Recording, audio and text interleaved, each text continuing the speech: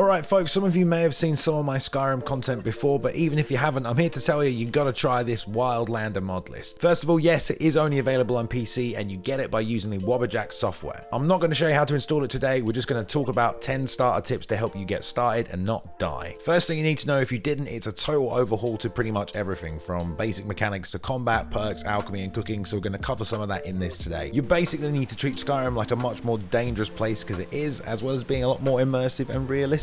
I like to play the game with permadeath, but you don't have to. Anyway, let's go to the top 10 tips I've got for you today.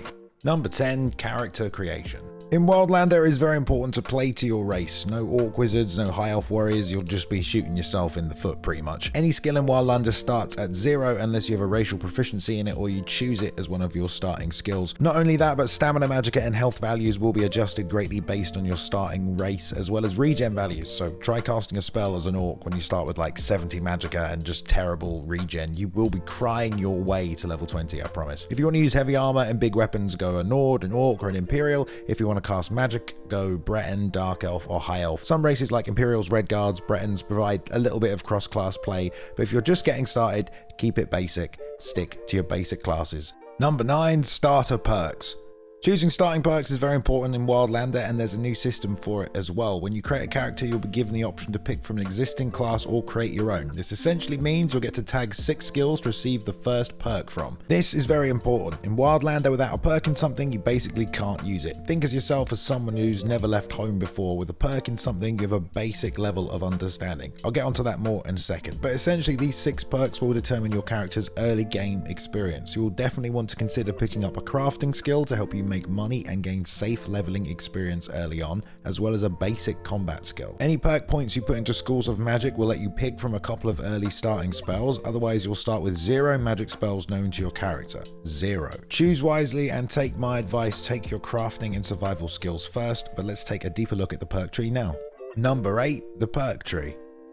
Now remember I said you were like a newborn leaving home? Well, that's essentially how Wildlander works. If you don't have a perk in alchemy, then you won't know how to make potions. If you don't have one in lockpicking, you can't hope to pick a lock. Perk progression is the main form of progression in Wildlander, and without the necessary perks, your combat and crafting abilities are severely limited. Without a perk in heavy armor, you'll not even be able to wear it without it draining your stamina, and even then, just jogging around with it on will drain it, and what do you expect? You've only just started wearing heavy armor. After a few levels, your character will get used to it, it will weigh less, you'll move faster, and it will drain less stamina. It's basically all part of a seamless immersive leveling progression. Choose your perks carefully. Getting crafting skills are important to help you get experience and gold and levels, and it's a very safe way to do it, but don't spread your character or your choices too thin or you'll find yourself unable to generate enough damage or offense to take out the late game enemies. So stay focused, melee weapons, magic or ranged. If you're going to mix and match, make sure it's not more than 2, maximum 3 different combat skill trees. Number 7, combat.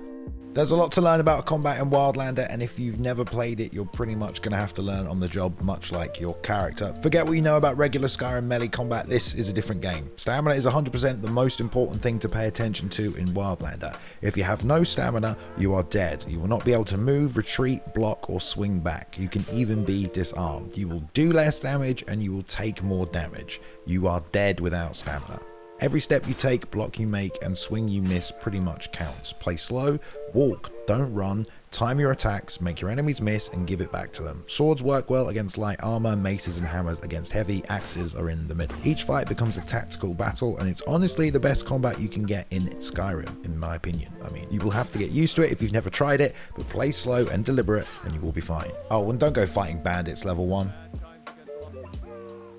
Number 6, starter locations.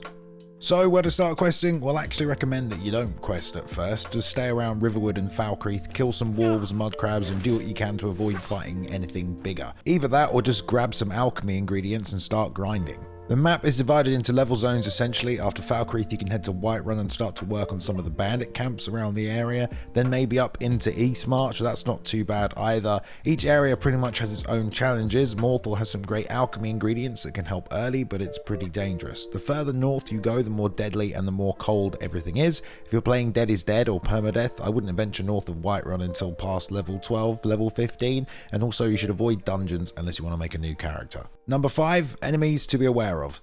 Definitely you want to watch out for mages at low levels. If you're in heavy armor, you might be able to start tanking a few hits from bandits, but a mage will sort you out quickly, especially ice magic. That is the bane of any melee character. It is just horrible. So stay away from mages unless you have a good ranged attack to counter them. Draugr and the undead are also pretty dangerous in Wildlander, especially at low levels. They are very durable. It depends on your build really though. Fire will definitely get the job done. Number 4, quest lines. In terms of major quest lines, unlike normal Skyrim, these aren't something you should go into immediately. The college's first quest wants you to clear a dungeon full of Draugr. Thieves Guild, they want you to break into a guarded mansion solo. Pretty much the only good one to go for early is the companions, as you'll get some training, some free gear, and a place to sleep. The main quest will start after you kill your first dragon, and they should start spawning after a certain level or a certain amount of time has passed based on your Skyrim Unbound settings in the MCM.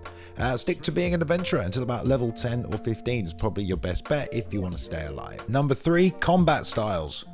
You've already seen a bit of the melee combat, which involves a lot of patience, making your enemy miss and timing your attacks perfectly. Ranged is very good. Against light armored targets, you'll drop them almost immediately, but against heavy armor, you'll have to wait until you have a few perks before you can do any real damage. You'll have to hit and run, basically. You can get elemental arrows, use poisons, so you do have a lot of utility as well. Magic is very, very good, especially late game. You can explode rooms full of enemies. You'll be very squishy though.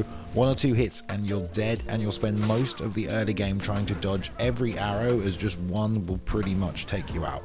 Very satisfying though as well, and certainly the most DPS you can output is with a mage. Number 2, survival.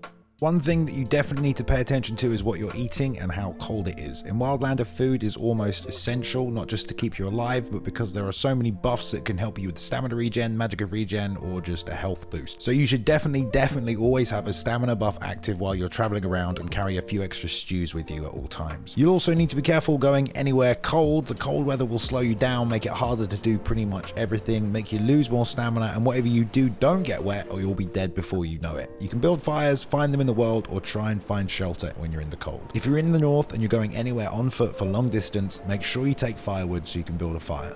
Number 1, final tips. Alright, so that's pretty much everything. Just make sure you always have food and you keep your buffs up. Make sure you keep a focused progression on your perk trees. Find yourself a follower if you can. Mercenaries are pretty expensive though. If you can get a horse, definitely get it. Also expensive, about 7,000 gold, but it'll help you stay alive longer. Stay away from mages once again, and you will need either restoration or alchemy, because the only way to heal is with potions or with magic, and if you don't have either one of them, you're going to have a tough time not healing your character, so that's an important tip as well. Cheers for watching everyone. Don't forget to subscribe if you liked it. I'll be live on Twitch streaming this mod list if you want to come and check it out as well, so make sure you definitely do that. Or if you want to ask me any questions, just follow me on Twitter or jump in my community Discord. I'm in there as well. Alright guys, go and enjoy Wildlander, or download and install Skyrim, because you know you want to.